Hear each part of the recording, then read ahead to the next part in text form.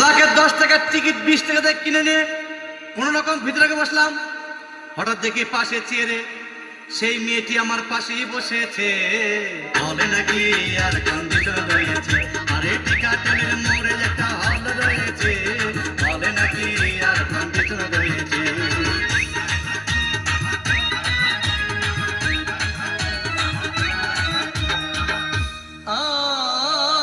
ভাই সিনেমা আরম্ভ হয়ে গেল। রাজ্জাক সাবানা যখন প্রেমে হাবুডুবু খাচ্ছিল তখন আমার বুকের ভিতর ধূপধাপ শুরু হয়ে গেল। আমি যদি প্রেম করতে পারতাম।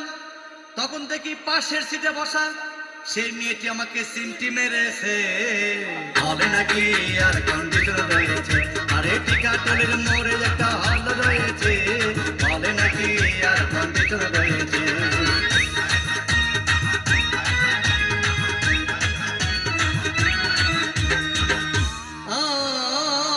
ভাই আমি মেয়েটিকে বললাম তোমার নাম কি? বললাম মালতী বিবি। আগো মালতী বিবি বলেই সেই মেয়েটি একটা ফকলা হাসি দিয়েছে। বলে নাকি আর কন্ডিশন রয়েছে, আরে টিকাটলের মোড়ে একটা হল রয়েছে। বলে নাকি আর কন্ডিশন রয়েছে।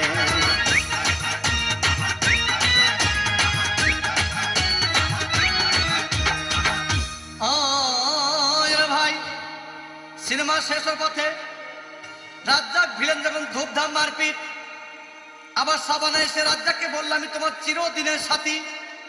তখন দেখি পাশে সিটে বসা সেই মেয়েটি আমাকে জড়িয়ে ধরেছে।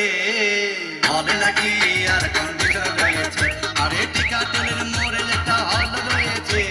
বলে নাকি আর কন্ডিশন রয়েছে।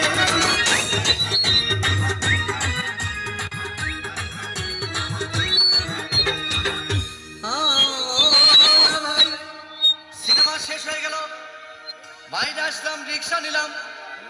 হঠাৎ দেখি মেয়েটি দৌড়ে এসে আমার রিক্সার ভিতর চেপে বসেছে। বলে নাকি আর কন্ডিশন রয়েছে, আরে টিকাটলের মোড়ে একটা হল রয়েছে। বলে নাকি আর কন্ডিশন হয়েছে।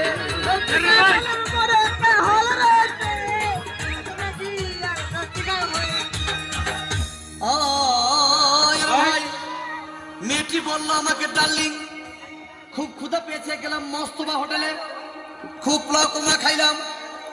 হঠাৎ দেখি বয় একটা 500 টাকার বিল মাথা ঘুরেছে। নাকি আর কন্ডিশন রয়েছে, আরে টিকাটলের মোড়ে একটা হল রয়েছে। হল নাকি আর কন্ডিশন রয়েছে।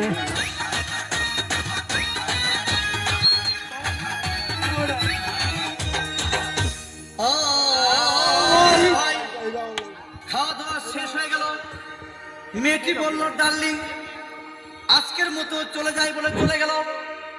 আমি বাড়ি এসে রিক্সা থেকে নেমে রিক্সা ভাড়া দিতে গিয়ে দেখি মেয়েটি আমার পকেট মেরে চলে গিয়েছে।